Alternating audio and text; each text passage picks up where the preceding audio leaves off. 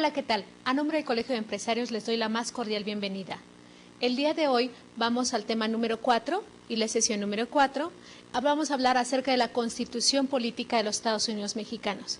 Vamos a pasar a la primera diapositiva para saber cuál va a ser el temario a desarrollar. El primero es el concepto, las partes de la Constitución, la parte dogmática, la parte orgánica, y vamos a adelantar un poquito lo que es el concepto de las garantías individuales. La siguiente diapositiva, los nombres que recibe la Constitución. Nosotros hemos sabido que la Constitución Política de los Estados Unidos Mexicanos, el cual es su nombre correcto, es la ley suprema. Es la ley federal que se encuentra por encima de las demás leyes. Es decir, no existe otra ley más arriba de esta. Y es importante reconocer cuáles fueron los orígenes que ésta tuvo, dónde van surgiendo estas garantías individuales para poder ahora conceptualizarlas como tales. ¿Quién fue el pensador? ¿En qué momento de la historia de México se fueron adicionando los derechos tanto de mujeres, de niños, el derecho para votar? ¿Hasta qué año tuvimos acceso las mujeres para poder hacer efectivo el sufragio? ¿Hasta qué momento? Bueno, vamos a ver cuáles son los nombres que ha recibido. Ley suprema de un país, que también es considerada así. Es decir, si yo escribo de acuerdo a lo que establece la ley suprema, bueno, estamos hablando que es de acuerdo a lo que establece la Constitución Política de los Estados Unidos Mexicanos, la Carta Magna, la Constitución Federal y la Constitución General de la República. Estos son los nombres que recibe nuestra Constitución. Si nosotros vamos a citar un artículo, cualquiera de estos nombres podemos utilizar y la gente va a entender que efectivamente nos estamos dirigiendo y nos estamos abocando a lo que es la Constitución Política de los Estados Unidos Mexicanos. La Constitución ha sufrido una serie de cambios, pero los cambios que ha tenido han sido únicamente para adaptarse a los acontecimientos sociales. Cuando surge nuestra Constitución, la de 1907, que actualmente nos rige, esta Constitución había pasado por una serie de reformas, pasado una serie de acontecimientos que ahora en nuestro México, bueno, lo vemos como no es posible que en el Congreso se estén debatiendo sobre si aceptan o no aceptan alguna reforma de ley. Y vamos a ver cómo el actuar en su momento para llegar a esta Constitución tuvo tremendos cambios políticos, sociales, económicos. Mucha gente murió para poder llevar a cabo la creación de esta ley. Muchas personas intervinieron, muchas personas tuvieron que abandonar el país también para hacer valer estos derechos. Pero nuestra Constitución mexicana fue diseñada de tal manera que para su época se adelantó por completo. ¿Qué quiero decir? Que los pensadores que en su momento intervinieron para la creación de nuestra Constitución fueron personas que estudiaban directamente a algunos innovadores en cuanto a la creación del Estado. Uno de ellos, Rousseau, que hablaba acerca de cómo se tenía que dividir los poderes, lo que hoy conocemos, que es tan común en ejecutivo, legislativo, judicial. ¿Dónde surgió? Esa idea que en algún momento tuvo un pensador francés vino a impactar directamente no solamente en nuestro país, gran parte de América. También fueron tomadas en cuenta algunos conceptos filosóficos. Y no solo así, sino también los acontecimientos que en ese momento vivía nuestra nación. Nosotros sabemos que México era colonia de España y por lo tanto los españoles tenían gran injerencia sobre nuestro país. Esa injerencia que existía trae también como consecuencia que los españoles quisieran imponer, obviamente, la legislación española en territorio nacional. Y algunas figuras se parecen. Recordemos que España tenía figuras jurídicas y que no nos hemos exhibido todavía de ellas.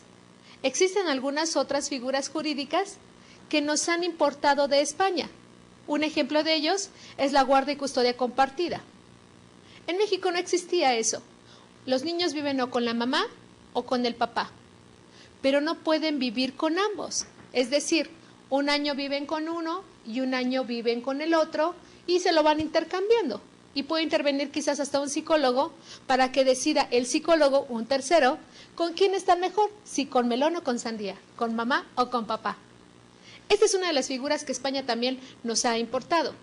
No crean que única y exclusivamente en el derecho ya ahora nos hemos eximido de todas las figuras jurídicas que hay. Pero en aquel entonces, cuando se forma nuestra Constitución, además de las consecuencias sociales que traía el hecho de no tomar en cuenta a España, pues ¿quiénes eran? Si no habían sido educados de la misma escuela española. Si los frailes o sacerdotes, que eran los hombres más cultos en ese momento y que tenían acceso a todos aquellos documentos o libros en lengua extranjera, eran los que habían educado, aquellos reformadores, a los que ahora nosotros reconocemos como esos hombres y mujeres que contribuyeron a la creación de nuestra Constitución. Es importante tomarlo en cuenta. Vamos a hacer un corolario acerca de todas las constituciones que ha habido en nuestro país. ¿Qué aspectos importantes se tocaron en ese momento? ¿Ya estaba instituido, no estaba instituido? ¿Dónde surge la soberanía? ¿A qué se le llama soberanía? ¿Por qué no hay soberanía si éramos una colonia? Esos son aspectos que vamos a tocar a continuación. En la siguiente diapositiva, la Constitución, ¿cuál es su concepto? ¿Quién la define? Bueno, la Constitución es la ley fundamental de un Estado, en la cual se establecen los derechos y obligaciones de los ciudadanos y gobernantes. Es la norma jurídica suprema y ninguna ley o precepto puede estar sobre ella. La Constitución o Carta Magna es la expresión de la soberanía del pueblo y es una obra de la Asamblea o Congreso Constituyente. Hay algunos tópicos importantes aquí que quisiera resaltar y los voy a anotar en el pizarrón.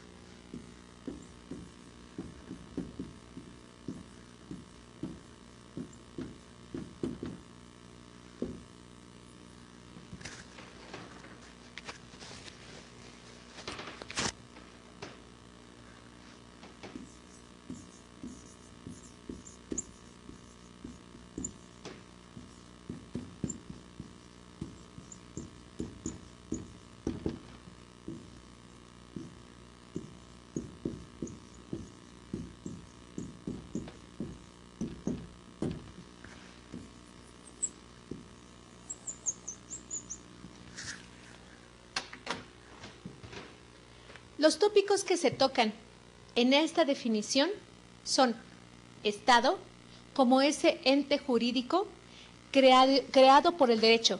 El Estado en sí es una ficción jurídica. No existía.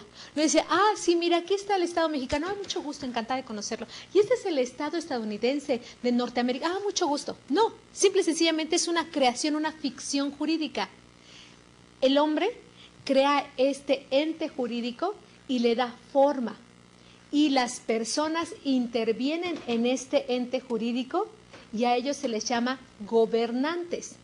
Pero porque el mismo ciudadano o grupo de ciudadanos en algún momento pensó y consideró necesario la creación de esta figura jurídica, de este ente jurídico, y que trabajaran personas físicas en él para que funcionara de mejor manera todos los proyectos y se garantizara que el pueblo mexicano en su momento pudiese estar bien en cuanto a sus derechos y pudiese también darse cumplimiento a las obligaciones. Se le llama ley fundamental porque son los sustentos, es el fundamento, es la base de todo Estado, la base de todo país. Toda nación que sea una nación independiente, tiene que tener una ley fundamental, una constitución. De no ser así, entonces estaríamos hablando de una colonia que depende de tal lugar. Por eso es importante. Hay algo aquí que quiero hacerte notar. En la República Mexicana, todos los estados tienen constitución. Pero hay una entidad que no tiene constitución. ¿Qué entidad de todas no tiene constitución? El Distrito Federal. No hay constitución del Distrito Federal. ¿Por qué? Porque, bueno, se pensaba, como era una ficción jurídica esta creación del Estado, pues no alcanzamos en su momento a comprender que si bien es cierto todos los estados de la República se unieron en ese pacto federal para constituir México, nuestro país, los Estados Unidos mexicanos, estados se encuentran unidos y son de México, Estados Unidos mexicanos. Como cada uno de ellos es independiente, tiene su propia constitución. Al tener su propia constitución, pues obviamente es un reflejo de la constitución de la ley fundamental. Si es un reflejo de la ley fundamental, ¿qué pasó con el Distrito Federal? Se les olvidó, no quisieron hacerla. ¿Qué sucedió ahí? ¿Por qué no se llevó a cabo? No hay un tratado en específico que hoy señale por qué el Distrito Federal no tiene constitución. Recordemos que el Distrito Federal tiene su nombre porque en él se encuentran los tres poderes de la Unión, el Ejecutivo Federal, el Legislativo Federal y el Judicial Federal. Por eso se le llama DF. Pero, ¿dónde va a quedarse esa Constitución? ¿Acaso las personas que estamos en el Distrito Federal no vamos a tener nuestra propia Constitución y por lo tanto no somos una entidad federativa independiente? ¿No? ¿O nos perdimos en el más allá y bueno, a nosotros nos olvidaron porque somos del DF? No. El problema radica en lo siguiente. Resulta que el Distrito Federal no se llama así por los tres poderes de la Unión. Pero si no estuvieran los tres poderes de la Unión y en su momento quedaran en Veracruz como fue anteriormente hace varios años, que también el Distrito Federal fue en Veracruz y en 2 ocasiones estuvo, ¿qué pasaría? ¿Cómo nos llamaríamos? ¿Valle del Anáhuac? ¿Valle de México? ¿El Valle Central Mexica? Es un decir. ¿Cómo nos llamaríamos si no fuéramos Distrito Federal? ¿Y en qué momento sería nuestra Constitución?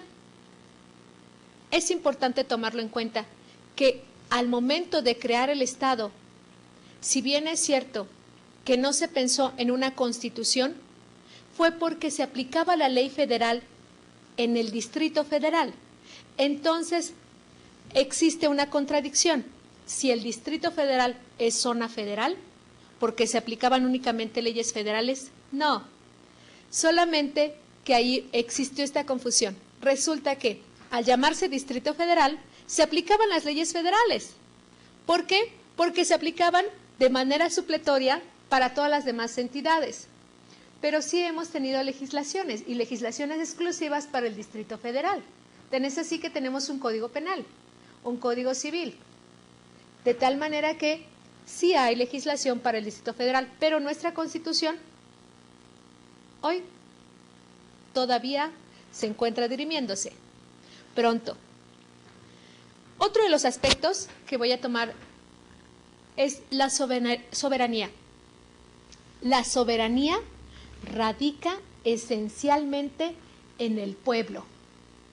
Entonces, ¿yo soy soberano? No, soberano es el Estado mexicano. México, los Estados Unidos mexicanos son soberanos. La soberanía radica ¿en quién? En el pueblo. Quiere decir que a través de nosotros hacemos ejercer esa soberanía que tiene el Estado mexicano. No es que en sí el Estado, esa ficción jurídica, esa creación que nosotros le hayamos dado soberanía absoluta. O de repente esa creación ya estaba y adquirió soberanía porque la adquirió. No es así. La soberanía radica esencial y originalmente en el pueblo, en las personas físicas, en las personas morales. Pero el pueblo es la populis, la gente. En toda la gente radica la soberanía. De ahí que esto es un concepto que siempre ha estado y vamos a ver en dónde surgió. Pero es un tópico que debemos de tomar nosotros en cuenta, porque a veces existen pensadores, existen doctrinarios que dicen, es que la soberanía se ha perdido, la soberanía ya no es, luchemos por un pueblo soberano. No, la soberanía radica en el pueblo, ya está plasmada, ya está regulada. Es un mito el creer que la soberanía estaba en cualquier otro lugar, como si estuviese escondida o como que ahora ha surgido. No es así, no es así. La expresión de la población. Obviamente, recordemos que en la sesión pasada vimos que también los ciudadanos podemos dar a conocer nuestro punto de vista sobre una disposición, pero en la Constitución se expresa el sentir ciudadano, se expresa lo que nosotros como mexicanos somos, nuestra identidad, hacia dónde vamos. En esa ley se contempla. Vamos a la siguiente diapositiva. Las leyes fundamentales emanadas de un Congreso Constituyente en México son los antecedentes fundamentales para la elaboración de la primera Constitución mexicana fueron la Española de Cádiz de 1812, los sentimientos de la nación de José María Morelos, en donde se expresaba la frase América es libre e independiente de España y de cualquier otra nación, gobierno o monarquía, y que la soberanía dimana esencialmente del pueblo. ¿Desde cuándo se está dando a conocer que la soberanía radica en el pueblo? 1812. Desde el documento elaborado por Morelos, que hablaba acerca de la soberanía. Entonces, el venir a decir que la soberanía ahora se ha violado es un mito. ¿Por qué?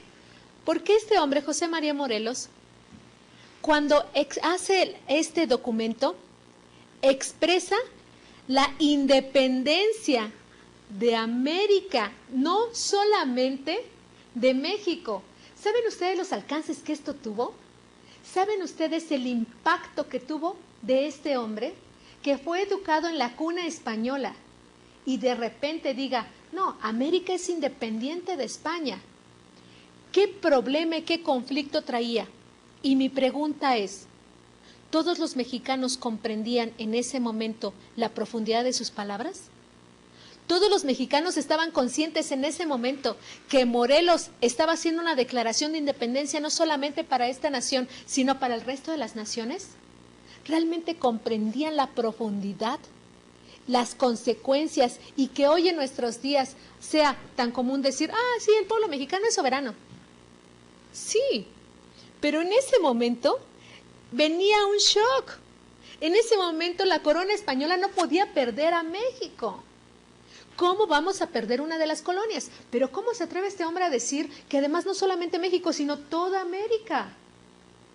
Las colonias, no solamente la española, España, pues veía perdida su colonia mexicana, el resto, pero no solamente España, también Portugal, Francia. El impacto que tuvo que haber traído como consecuencia esta declaración de este hombre. En esta constitución de Cádiz se originó en su momento en España. Obviamente tenía que estar de acuerdo el gobierno español para que se implementara en esta colonia. No podía ser de otra manera. Con este escrito Sentimientos de la Nación, que uno de nuestros presidentes en su momento la tomó, Miguel de la Madrid, toma Sentimientos de la Nación y hace su aportación, un estudio de profundidad, un estudio en el cual hacía referencia sobre lo que en su momento dijo este hombre. Pero ya lo había dicho él, ya había plasmado el sentimiento, la expresión de la población, lo que señalamos en el tópico último, aquí, ya había dado a conocer lo que la población mexicana expresaba para ese 1812 y esos años. Ya había dicho cuál era el sentir de este pueblo, que queríamos ser soberanos. Otro antecedente fue el decreto constitucional para la libertad de la América Mexicana o Constitución de Apatzingán. América Mexicana. Llama la atención ese nombre. ¿Por qué? Porque en ese momento no se tenía la concepción así completa del continente americano, porque eran colonias de la América. Aquí también, obviamente América, también somos americanos. Y hacia el sur también americanos. Y en Ecuador, en Bolivia, en Venezuela también americanos. No americanos únicamente en el norte, después de Alaska y despuésito de Canadá. No, o sea, no nada más ahí, ¿no? Y hasta antes de Sonora, no.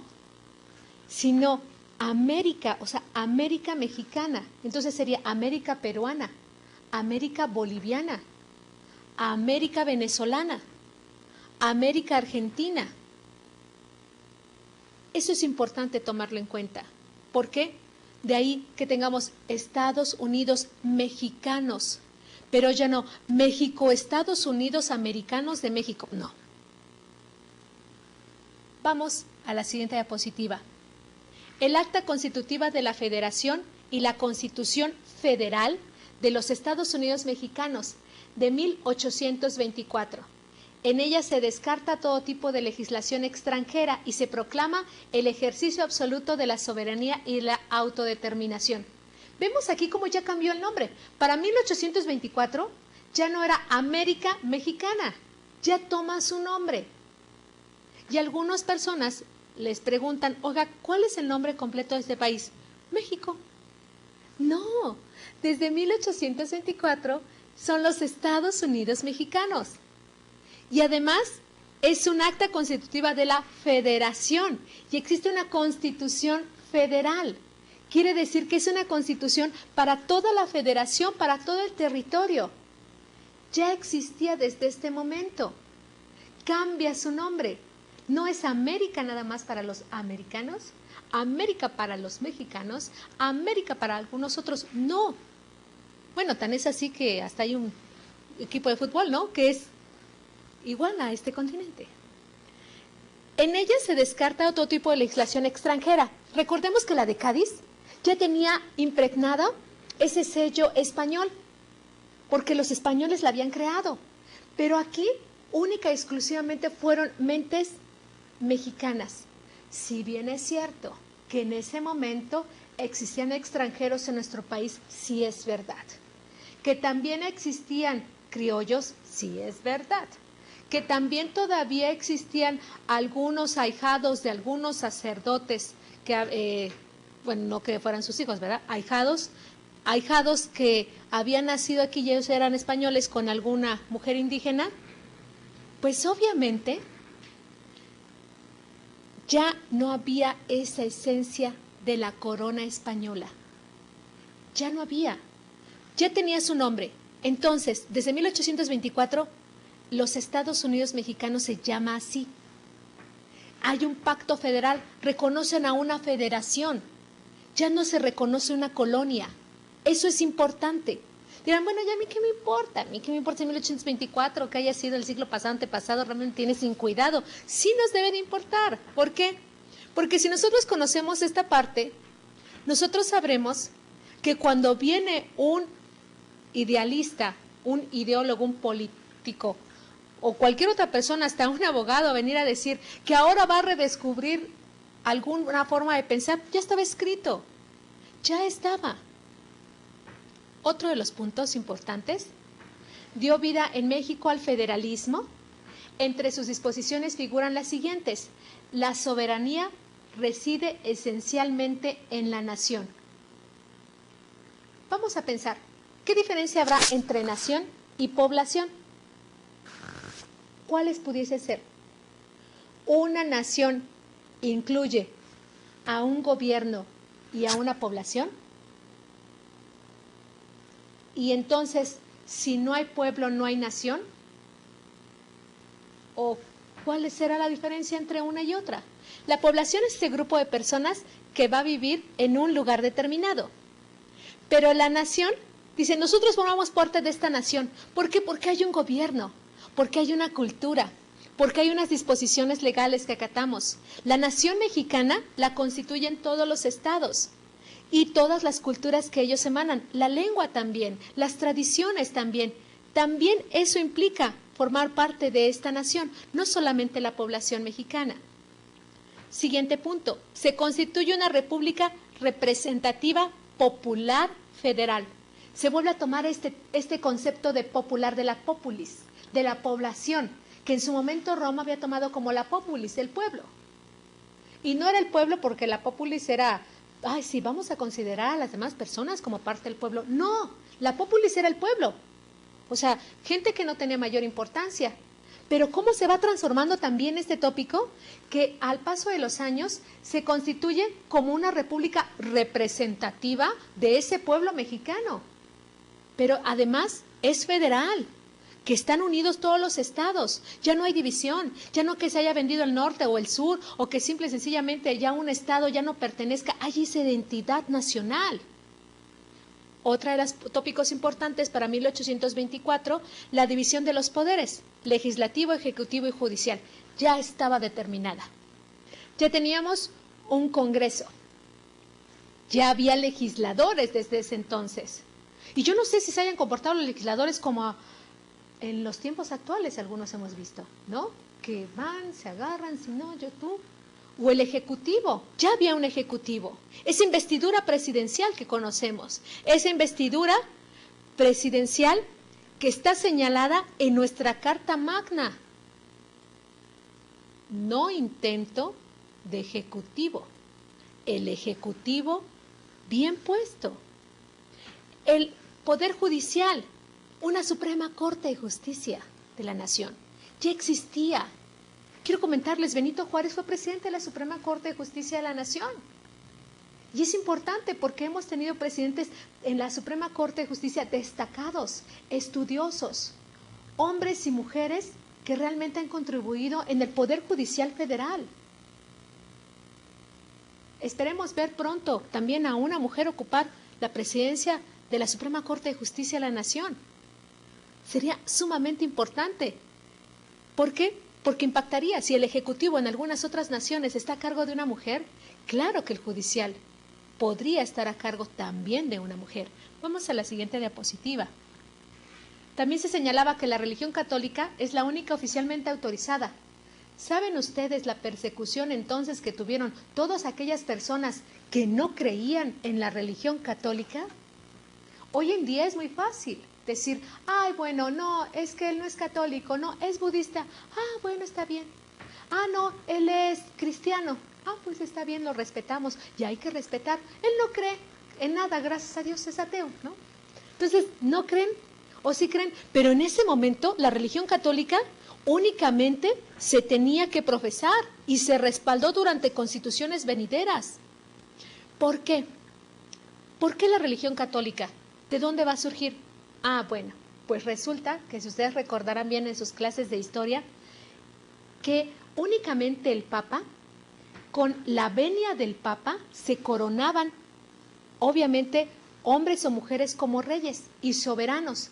Pero si el Papa no lo reconocía como tal, obviamente no tenía valor. De ahí que, bueno, algunos países, por ejemplo, como Francia, que si tenía dos reyes en su momento, ¿quién estaba gobernando? Tenía que tener la venia del Papa. Si el Papa decía, pues que sea el de la derecha, pues el de la derecha. ¿Y qué religión profesaba el Papa en su momento? Pues la católica. Y todos aquellos países donde se profesaba la religión católica eran bien vistos. En la actualidad, aquellas iglesias que están fuera de la cobertura de la Iglesia Católica, simplemente no son reconocidas. Tenía gran influencia. Entonces, si tuvo gran influencia en México, ¿se imaginan ustedes la revolución que trajo cuando había la libertad de creencias? Cuando simple y sencillamente les quitaron todas sus tierras a la Iglesia Católica. ¿Qué pasó ahí con esas leyes de reforma? ¿Qué sucedió? Si siempre era la religión católica. Hay naciones que hoy en día solamente en su constitución profesan la religión católica y hay persecución. Al sur tenemos algunos países, Argentina, la religión católica. Y además era un pecado hasta divorciarse, no solamente un ilícito, hasta divorciarse también constituía mal visto. Imagínense con nosotros, con la figura que en México se tiene en algunas entidades del divorcio express, nos excomulgan. Otra es la libertad de escribir y publicar ideas políticas sin censura previa. Se ha venido criticando que en México no se permite expresar las ideas. Eso es mentira. Desde 1824 existe esta propuesta, no como quisiéramos. Pero el Internet es uno de los medios formidables para dar a conocer las ideas. Uno puede subir algún documento y decir, no estoy de acuerdo con tal forma de pensar, no estoy de acuerdo con Belinda. ¿Por qué? Pues porque Belinda me dice una cosa y realmente no me gusta cómo me lo dice. Pues sí, puedes mandar a lo mejor un correo al Colegio de Empresarios y decir, ¿sabes qué? Hay esa libertad. Hay esa libertad de poder expresar las ideas. Que en algún momento tomaron tesituras por parte del gobierno, sí, es verdad. Te mentiría si dijera que no. Pero se llevó a cabo. Un Congreso integrado por las cámaras de diputados y senadores, ya desde ese entonces, diputados y también senadores. Y se deposita el Poder Ejecutivo en una sola persona y se instituye la vicepresidencia. No existe, esa figura de vicepresidencia hoy no existe, pero sí existió. Entonces no es innovador que algún otro estado, algún otro país la tenga. Ay, ¿por qué no tenemos nosotros vicepresidencia como el estado hermano del norte del país? Pues ya la tuvimos, simple y sencillamente que fuimos moldeando poco a poco y se ha ido adaptando. Y es mejor que se instituya una sola persona al Poder Ejecutivo, porque tiene sus secretarios, quienes la apoyan. Si bien es cierto que él es el titular, pero tiene secretarios. Vamos a la siguiente diapositiva. Las 7 leyes constitucionales de 1835 y 1836. Con este ordenamiento se dividía el país en departamentos, estos en distritos y los distritos en partidos. Surgen desde este momento esa forma de poder elegir a nuestros gobernantes. Ya surge esa idea de un partido, de ese grupo de personas. ¿Por qué es importante retomarlo? Porque cuando vienen ahora las reformas electorales, ahora surge la idea de decir, ¿por qué nosotros no elegimos a una persona que no pertenezca a un partido? Ya no queremos que pertenezca a ningún partido. Bueno, pues si desde 1835 ya estaba esta figura, porque no había, entonces ha evolucionado. No es innovador, simple y sencillamente pareciera que regresamos al pasado. Ahora ya no queremos elegir una persona que sea un partido político de cualquier otro lugar o una persona que pertenezca a la población. Lo instituimos en el 35, en 1835, y ahora vamos a regresar a eso, ¿no? Se fijó el periodo presidencial en 8 años. 6 años es mucho. El presidente no debe estar tantos años. Que lo reduzcamos a 4, otros dicen que a 3, otros dicen que 6, pues eran en 8. Sí, 8 años pasaba gobernando un presidente. Y ahora nos quejamos por 6. Pues los vamos a reducir entonces ¿a cuántos? ¿A 2? No. Estableció un supremo poder conservador, solo responsable ante Dios, con atribuciones para declarar nulidad de una ley o decreto. Se establece un supremo poder conservador. ¿Conservador de qué? De las tradiciones. ¿De qué tradiciones? De las tradiciones católicas. Y como señala aquí, con atribuciones para declarar nula una ley. Pero solo es responsable ante quién? Ante Dios. Había entonces un exceso. Claro. Si solo Dios era en ese momento el único que me podía a mí decir que las cosas estaban bien o estaban mal, ¿quiénes eran los representantes de Dios en la tierra? Juan Bodino lo decía, el rey. El rey únicamente era quien representaba a Dios en la tierra. ¿Y quién más? Bueno, en México, ¿quién pudiese haber sido? Los jerarcas de la Iglesia Católica.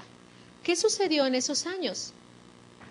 Si les gusta la historia, en su momento pueden leer cuántas cosas sucedieron en ese momento cuando solamente una persona podía responder únicamente a Dios de lo que hacía.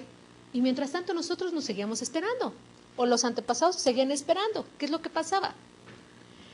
Y también podía declarar la incapacidad física o moral del presidente de la República y la clausura del Congreso. Tenía el control absoluto y total. Ese tipo de soñadores, no nada más en esa época, en varias épocas y en varios países se han presentado. ¿Saben qué? Yo puedo quitar al presidente y ahora nombrarme y clausurar el Congreso y nombro mi propio Congreso. Ya desde ese entonces tenemos que lidiar con ese tipo de pensamiento. Vamos a la siguiente diapositiva. Las bases orgánicas de la República Mexicana de 1843 solo estuvieron en vigor 3 años. Reiteraron la independencia del país. ¿Por qué era importante? Porque de todas maneras España quería seguir teniendo de nueva cuenta México. No que nada más se quedara, quería seguir ejerciendo actos de presión de gobierno. Ahora, ¿cómo se llevan a cabo esos actos de presión y de gobierno? ¿Cuál es una de las formas? Los mercadólogos lo deben de saber. ¿Cuál es una de las formas que se lleva a cabo para presionar a un Estado, a un gobierno? ¿Cómo es? ¿A través de qué? Sí, a través del comercio. A través de las mercancías, de la venta, compra y venta de mercancías. Voy a ejercer un determinado acto en contra de ti. Tu país, que no estás aceptando estas disposiciones que yo te pongo, entonces hago también ejercer mi derecho de veto, por así decirlo, y te vetamos. No te vamos a vender, ni a este país que pertenece a este grupo, ni este, te vamos a vender ninguna mercancía. ¿Lo hemos visto en este continente? Quizás en el viejo continente, ¿no? A lo mejor aquí en América no sucede esto. A lo mejor en África pudiese ser, ¿no? Pero aquí esta disposición, esta base orgánica, también señala que existe el supremo poder conservador, que encabezaba el propio Santa Anna. A lo mejor hay algunos Santa Anna sueltos por ahí todavía en algunas partes del mundo, porque ese poder centralista, ese poder que todavía queremos ejercer de manera soberana, ese poder, esa ambición de poder, ya venía desde ese tiempo. No nos tiene que sorprender el hecho de que ahora hacia América del Sur están surgiendo determinados problemas o que volvemos, parece que estamos regresando. De ahí la importancia de tocar cada uno de los tópicos y saber qué pasó con nuestra Constitución. Porque estos son importantes, saber decir, oye, fíjate que ahora ha evolucionado. No, no ha evolucionado, ha involucionado. O sea, ahora hemos regresado a lo que ya habíamos superado en su momento, de ese supremo poder conservador. ¿Cómo se llama ahora? Pues ahora tiene nombre y apellido, y ahora se vive, y ahora los conocemos, y ahora en nuestra mente seguramente estará pasando 1, 2 o 3 personajes por ahí. Entonces estamos regresando, pero para no volver a caer en los mismos errores es importante conocer qué sucedió atrás y cómo ahora lo estamos viviendo. Otro de los puntos es que se instauró la pena de muerte. Vamos a quitar la pena de muerte. Ha surgido por ahí la idea de algún grupo de políticos que dicen, vamos a instaurar la pena de muerte, se va a hacer efectiva. Ya estaba, señores. Cucú, ya estaba, ya existía. No es algo que vengan a innovar. ¿Y usted qué opina sobre la pena de muerte? Bueno, se ha opinado desde el 43, 1843. No es algo innovador. Si no nos podemos a estudiar, digamos, bueno, espéreme. ¿Sabe que usted, grupo de personas que instan por la pena de muerte, ya cuántos años tiene? Ese momento se debatió, ¿estamos regresando o estamos evolucionando? Se restringió la libertad de imprenta. Obviamente, ¿por qué? Pues porque si era un supremo poder conservador, no quería que se imprimieran algunas cosas y se ratificó que el país protegía y profesaba la religión católica. O sea, ahí todos somos católicos. ¿Qué pasaba con los que en algún momento creían en algunas de las ideas de Martín Lutero, de Calvino? ¿Qué sucedió ahí? ¿Qué hacían con esas personas? ¿Las mandaban lejos? ¿Las quemaban? ¿Las empalaban? De hecho, hemos visto algunas torturas que se llevaban a cabo. ¿Por qué? Y era legal. Era legal. Vamos a la siguiente diapositiva. La elección de los representantes era indirecta. se dividió a la población en secciones de 500 habitantes, mismos que elegían un elector primario. Este nombraba los electores secundarios, los cuales formaban el colegio electoral, que a su vez elegía a los diputados al Congreso. Este es un aspecto sumamente importante, porque aquí, si bien es cierto que los demás aspectos quizás hoy, en esta época, nos suenen como retrógradas, también es cierto que estos aspectos forman parte de lo que ahora conocemos como una elección popular. Quiere decir que se está dividiendo al territorio nacional en diferentes distritos, lo que hoy conocemos como distritos.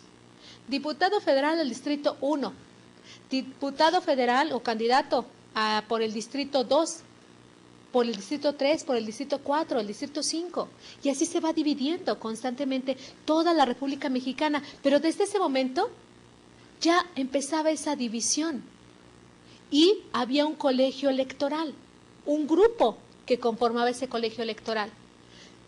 Escuchamos en algunas partes del mundo donde se dice, es que no se tiene confianza en el colegio electoral o en el tribunal electoral. Ya estaba formado. Es una creación jurídica mexicana. El Poder Ejecutivo tenía un demostrado derecho de veto de leyes. Era obvio. Entonces, el derecho de veto ya desde ese momento se quedó, evolucionó, se modificó o simplemente se quedó igual. Ustedes tienen su propia opinión. La Acta Constitutiva y Reformas de 1847 estableció las garantías individuales, uno de los temas que nosotros vamos a ver dentro de nuestro temario. O sea, ¿qué vamos a ver las garantías individuales? Que son, ¿cuándo se están surgiendo? Desde 1847, ese es un punto importante. ¿Por qué? Porque es parte de nuestra actividad. Vamos a ver desde dónde surgieron. Para todos los habitantes de la República, suprimió el cargo de vicepresidente y adoptó elecciones directas para diputados, senadores, presidente de la República y miembros de la Suprema Corte de Justicia de la Nación. Entonces, suprime esta figura de vicepresidente, ya es una ley, es una disposición normativa más plural, ya no es tan impositiva, ya se salvaguardan estos derechos. ¿Pero por qué? Porque volvemos otra vez al siguiente tópico en el pintarrón. La expresión de la población. La población estaba expresando su sentir. No solamente en México, también lo estaba expresando en todo el mundo. En todo el mundo había esa necesidad de que se reconocieran los derechos fundamentales de los hombres y de las mujeres. Claro, primero de los hombres, después de las mujeres. Pero ya había esa necesidad, que se reconocieran, que las constituciones retomaran, que ya se vigilara, que ya hubiera cuando menos el derecho a la vida, a la libertad, a tener algo, a la propiedad, con algunas modalidades, que ya no existieran tantos esclavos. Un corolario, un puntito. ¿Por qué se acaba la esclavitud? ¿Por buenas gentes? Porque los esclavos no eran buenos y ya no rendían. Porque ya no era redituable. Pero en algunos países hoy siguen habiendo esclavos. Y organismos internacionales están cooperando para la liberación de esclavos y esclavos niños. Y en nuestro país sí existe la esclavitud. Algunos estados de la República Mexicana todavía se venden a sus hijos por una cantidad de dinero. Eso es esclavitud. La mujer no puede opinar, a pesar de lo que se señale. Entonces, debemos de tomarlo en cuenta. Facultó al Congreso para anular las leyes de los estados que implicasen una violación al Pacto Federal e implantó los derechos de petición y de amparo. 1847. Una de las creaciones jurídicas más impactantes, más importantes y de gran trascendencia para el continente americano y europeo, la formación de esta figura que se llama amparo. Créanme, el amparo es una de las máximas creaciones y perfectas creaciones jurídicas y es únicamente de inspiración mexicana. La adoptó también Inglaterra. también la adoptaron en España, algunas partes, y América se impregnó completamente de esta figura del juicio de amparo. Desde 1847, pensadores mexicanos, innovadores mexicanos. Ustedes son innovadores mexicanos.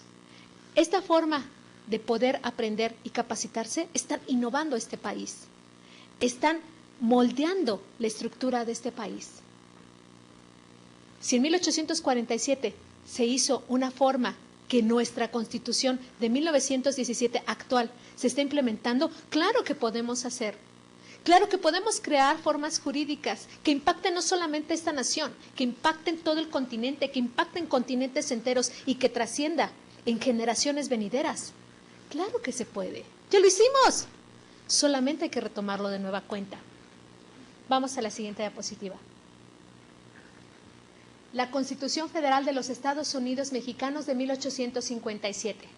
Los derechos del hombre son la base y el objeto de las instituciones sociales. Los derechos del hombre retoman las garantías individuales y dice que ahora son base ¿de qué? De toda institución social. Suena el nombre como, ejemplo, Instituto Mexicano del Seguro Social. Instituto del Seguro Social al servicio de los trabajadores del Estado. Esto es, los derechos del hombre, y del hombre no solamente, no porque excluyeran a las mujeres, sino estos derechos de este hombre tienen que estar implícitos en todas las instituciones de gobierno. Pero ahora es un eslogan de algunas campañas. Escuchamos en algún momento que en algunas campañas, no solamente en este país, en otro país, se decía, vamos a vigilar por los derechos de los hombres, los derechos de las mujeres, ya estaban, 1850, ya estaban. O sea, no nos van a venir a decir con que lo vamos a innovar, ya estaban. Pues tan es así que vamos a ver la historia. Todas las instituciones tenían que cuidar los derechos de hombres y mujeres. No están descubriendo el hilo negro. Hay una trampilla por ahí, pero ya hoy lo sabemos. Mantienen el federalismo también como una característica. Hay una abolición a la esclavitud. Ya no hay esclavos. ¿Por qué? Porque además no era un buen negocio. Pero ya está en esta Constitución. No existen los esclavos más. Hay libertad. Libertades de trabajo. Puedo dedicarme a hacer lo que yo quiera. De propiedad. Sacaban estas grandes propiedades, esos hacendados. Sí, y surge otra figura, ¿no? En materia agraria. En su momento fue buena, sí, es verdad. En su momento, la gente que trabajaba la tierra, buena figura. Pero ahora, bueno, pues la propiedad privada vuelve a ser, ¿no? De nueva cuenta. Otra figura de moda, que atienda nuestras necesidades. La libertad de la expresión de las ideas, de la imprenta, de asociación, de petición y de comercio. Estos dos puntos finales, la petición y el comercio, son sumamente importantes. Porque, voy a comentar, si en un momento dado yo voy ante una autoridad y solicito que me dé información basándome en este derecho de petición que nuestra Constitución actual lo señala en el artículo 8º, tiene la obligación de darme contestación a la autoridad. Y si no me da contestación, me voy al juicio de amparo, esta creación jurídica, y obliga a la autoridad a darme contestación por escrito. ¿Y cómo? En breve término. 45 días, no. En una semana, o 3, 4 días, tiene la obligación 3 días de dar contestación. Pero si en esos 3 días no me da contestación, en el cuarto, yo tengo el derecho de exigirle que me dé contestación a la autoridad mediante el juicio de amparo. Se instauró desde 1857. Otro de los puntos, se establece que son ciudadanos con derecho a voto todos los mexicanos, varones que hayan cumplido 18 años si son casados y 21 si no lo son. Bueno, ya había derecho al voto. La mayoría y la minoría de edad, 18 y 21 años. Ahí había ese conflicto todavía. Vamos a ver cuándo se instaura para las mujeres. Vamos a la siguiente diapositiva. La Constitución Política de los Estados Unidos Mexicanos de 1917, la cual actualmente nos rige. Y son significativas las reformas de 1953, donde se otorga el voto a las mujeres. hasta 1953. No tiene mucho tiempo. No es algo, ay mamá, no vas a ir a votar. Bueno, 1953 se instauró, no se estaba acostumbrado. Y cuando una mujer fuera electa para un cargo público, por favor, es importante tomarlo en cuenta. ¿Por qué? Porque quizás las abuelas o las bisabuelas, pues no, a votar pues solamente el marido, solamente mi hijo, ellos sí pueden ir. Y si la población mexicana es mayormente de mujeres, tenemos desde 1953 esa oportunidad de ir a votar. En 1969, en que se concedió la ciudadanía a todos los mexicanos mayores de 18 años, se disminuye la edad. Ya no son 21, son 18. Y ahora, que 16 quieren hacerlo. Evolucionamos, cambiamos, nos modificamos o nos adaptamos a las circunstancias. Las reformas electorales de 1977, 1986, 1989, 1990, 1993, 1994 y del 1996, destinadas a garantizar las elecciones plenamente legales, limpias, imparciales y respetuosas de la voluntad popular. Se modificó, cambió. Era ese poder de Santana. Y ahora se ha moldeado, se ha ido modificando. ¿Es perfectible? Pues sí. ¿Hay errores? Sí. Pero de todas maneras se ha ido moldeando poco a poco. ¿Cuánto tiempo tiene? No tiene mucho. Esa parte dogmática de la Constitución es donde se encuentran esas garantías individuales de las cuales vamos a hablar en la próxima sesión, donde se reconocen esos derechos y libertades. Y la parte orgánica es la estructura del Estado, esos órganos, lo que hemos venido viendo. La división de los poderes de la Unión en ejecutivo, legislativo y judicial, el ejercicio fundamental de las instituciones del Estado. México es una república federal representativa y popular. Los poderes de la Unión quedaron divididos definitiva y totalmente. Y está prohibida la reelección del Ejecutivo Nacional, la creación del municipio libre, que ahora muchas calles se pueden llamar así, y una reforma agraria, entre otros puntos importantes que ha tocado nuestra Constitución. Voy a dar lectura para terminar con el artículo 136 que dice: esta Constitución no perderá su fuerza y vigor, aun cuando por alguna rebelión se interrumpa su observancia. En caso de que por cualquier trastorno público se establezca un gobierno contrario a los principios que ella sanciona, tan luego como el pueblo recobre su libertad, se restablecerá su observancia, y con arreglo a ella y a las leyes que en virtud se hubieran expedido, serán juzgados así los que hubieran figurado en el gobierno emanado de la rebelión, como los que hubieran cooperado a esta. ¿Pierde entonces su vigencia? ¿O está prevista, aun y cuando exista un gobierno que trate de derrocarla? ¿Qué va a suceder? Muy bien, pues en nombre del Colegio de Empresarios, yo les doy las gracias por su atención a esta sesión, esperando contar con su presencia en la próxima. Muy amables y espero que haya sido de gran provecho